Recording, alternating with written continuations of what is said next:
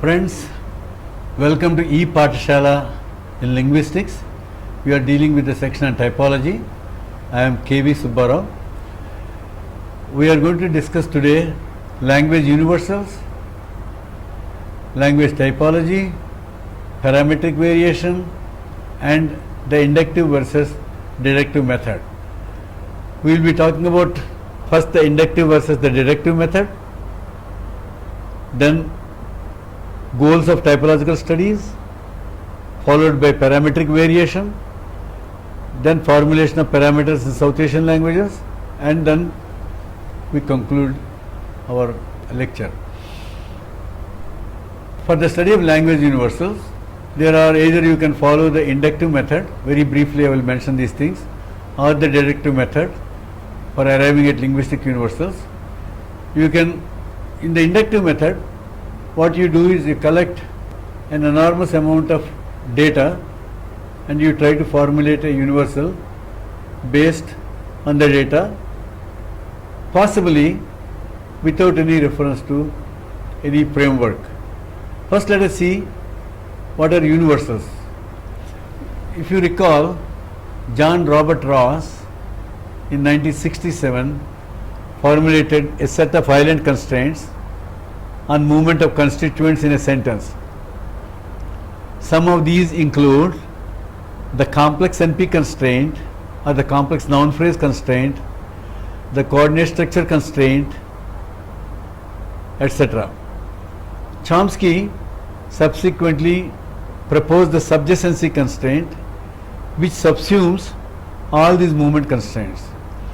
All these are universal principles in the sense that they are expected to be obeyed in all the languages of the world and there cannot be any exceptions.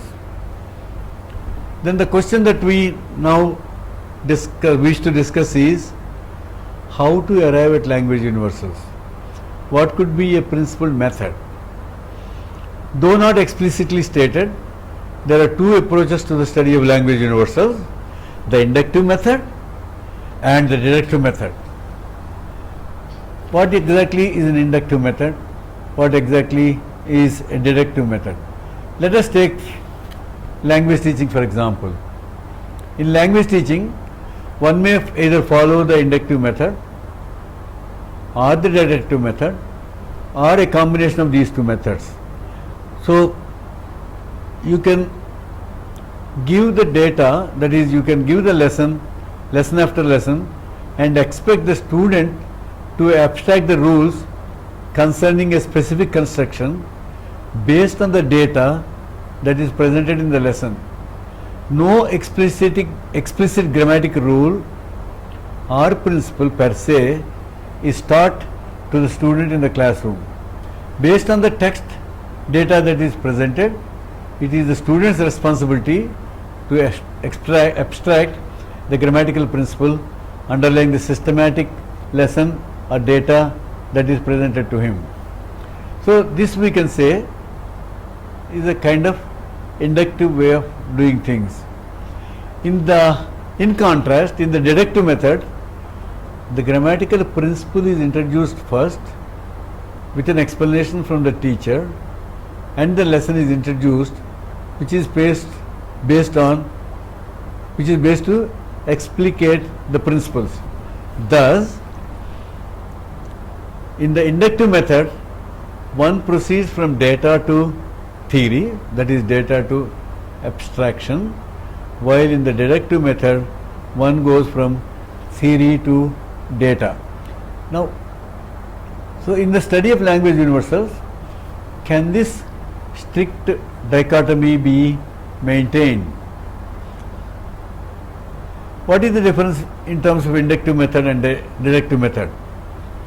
In one of our papers we have argued that it is the methodology that is adopted and it is the choice of data that is taken.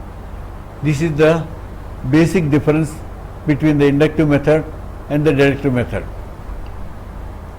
Regarding the methodology adopted, it is generally argued that a deductivist starts with a postulation of a hypothesis That is, you have the hypothesis first, whereas the inductivist starts with the observation of data. So data first, and it is from the data that he or she arrives at a generalization.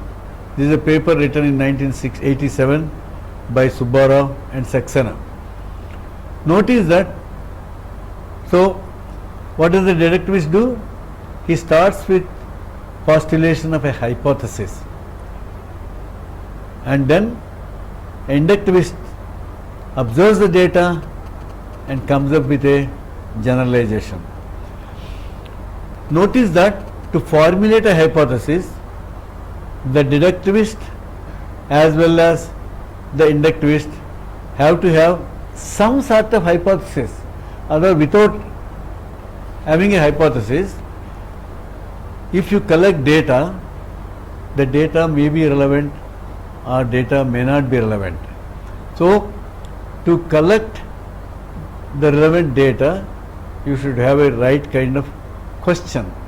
To have a right kind of question, you have to have some kind of hypothesis. So, hypothesis is a must either in data collection. It is, I would say, rather a prerequisite either for the inductive method or the deductive method. Why? Because it is the nature of the data, it is the nature of the hypothesis that dictates what type of data needs to be collected. Without a proper hypothesis, collecting data might prove to be a futile exercise. Then the question is, how to formulate a hypothesis? Can a hypothesis be formulated without a framework? Can a hypothesis be formulated in vacuum? The answer is no. Why? Isolated facts or hypotheses are relevant only when they are presented in a framework. So, you may have number of hypotheses, an n number of hypotheses, but these hypotheses, unless they are viewed from a framework, the hypotheses do not have any relevance. So, for an inductivist, if he has to formulate a hypothesis, he needs some sort of framework. For a deductivist too, a deductivist working on language universals formulates a universal on the basis of the strength of the framework that he or she has formulated. Let me repeat this. It is argued that a deductivist formulates his hypothesis to work on language universals, and he formulates language universals on the basis of the strength of the framework that he or she has formulated. The question now is, under this assumption, it is the framework that provides him or her the power of prediction. Notice that a linguist evolves at a framework so that he or she can adequately account for the facts of the language, and the language universal that he or she formulates is based on the data that he or she uses, at least from one language. Without any database, one cannot simply formulate a universal. That is, if you want to formulate a universal, you have to have a database, at least of one or two languages. Thus, the universal that he formulates has a strong empirical or database. Unless he has a strong database, no universal can be formulated.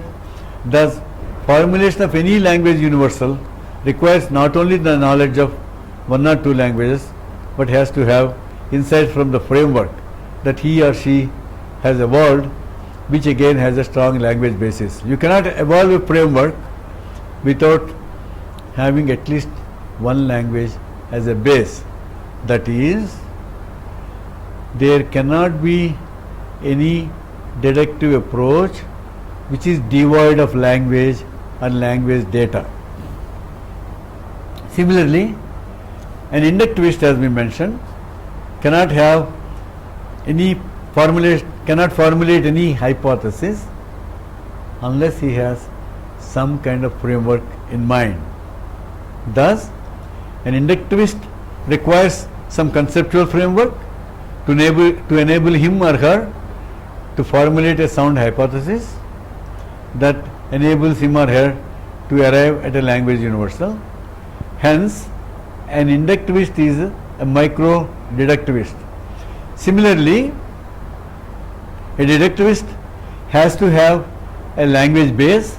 Unless the language base is there, no formulation of any universal can take place. So, a deductivist is a micro-inductionist. Thus, we can conclude that there is a symbiotic relationship between theory and data. They are inseparable. You cannot separate one from the other. Therefore, whether you are an inductivist or a deductivist, you have to have data and theory going hand in hand.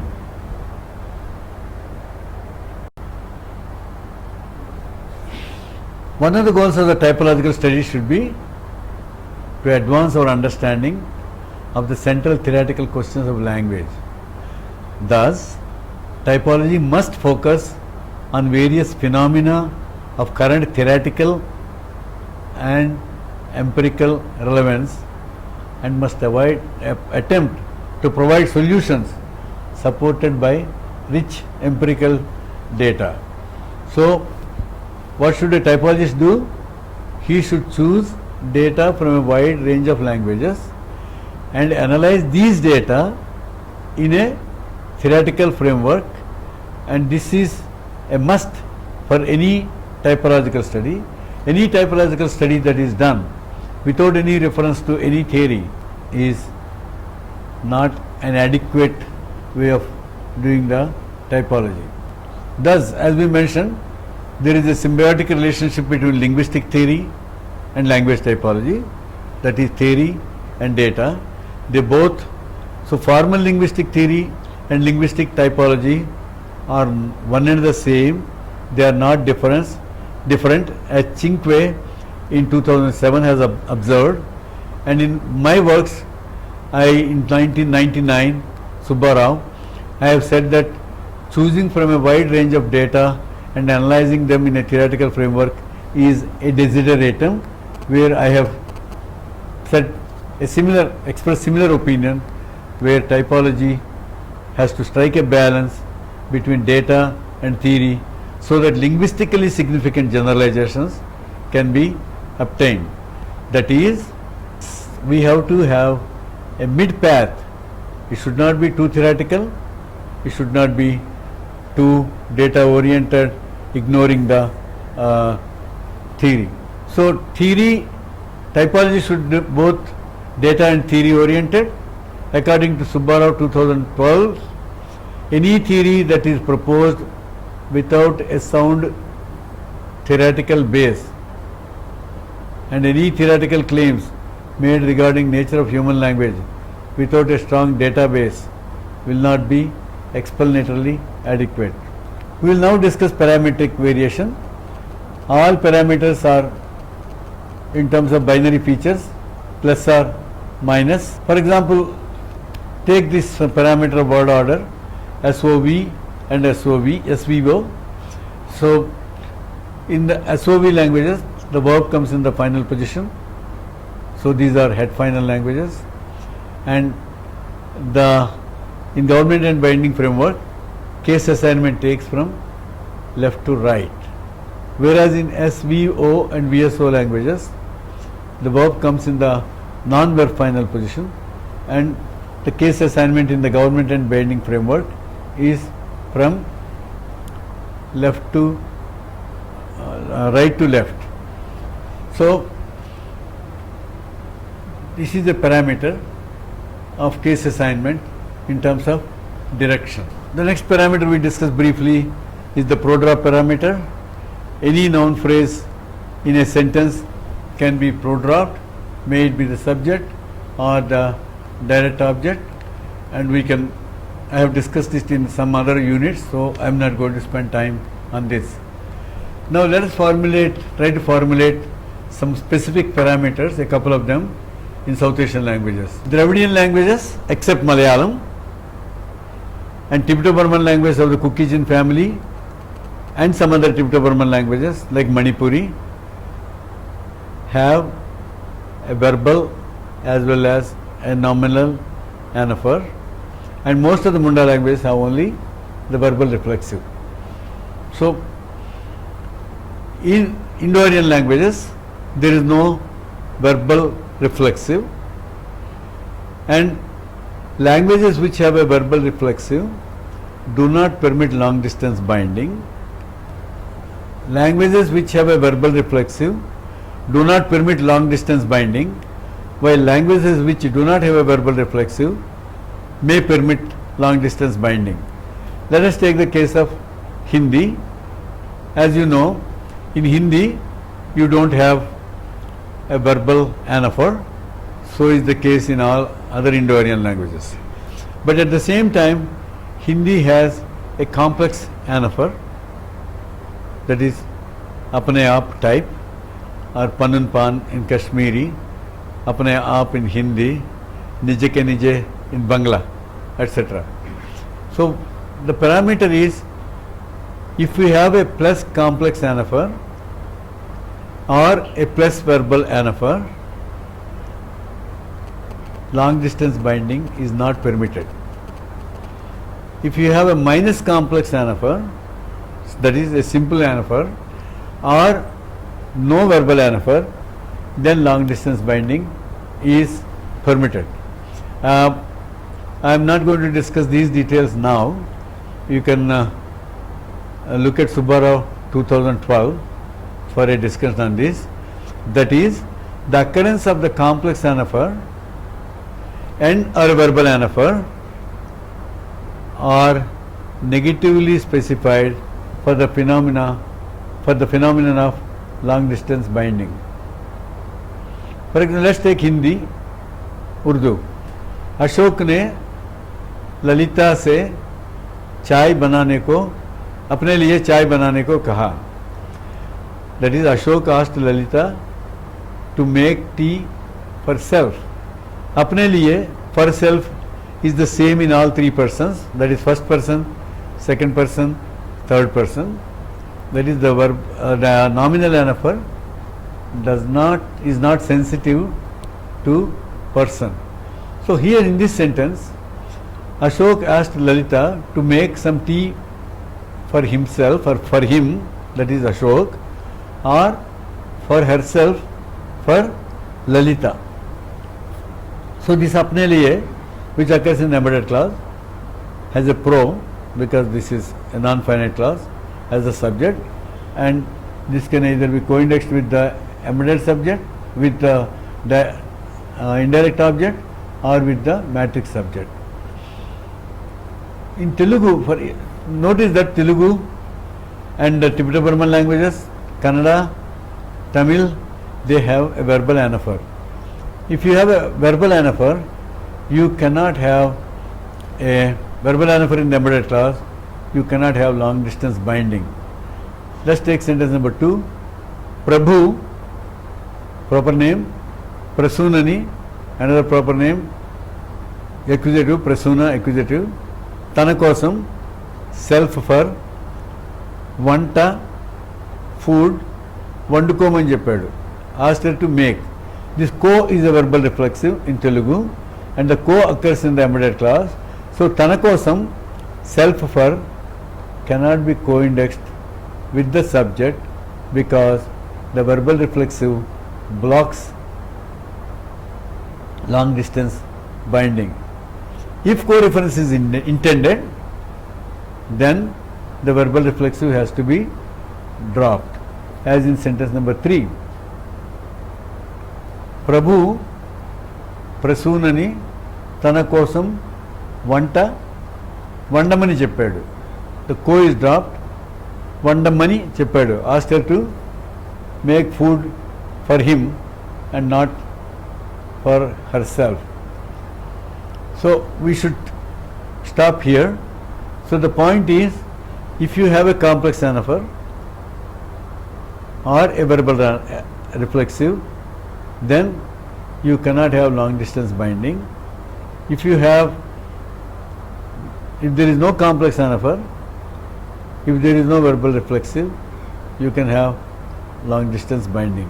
So a parameter is formulated in terms of plus or minus features. Thank you.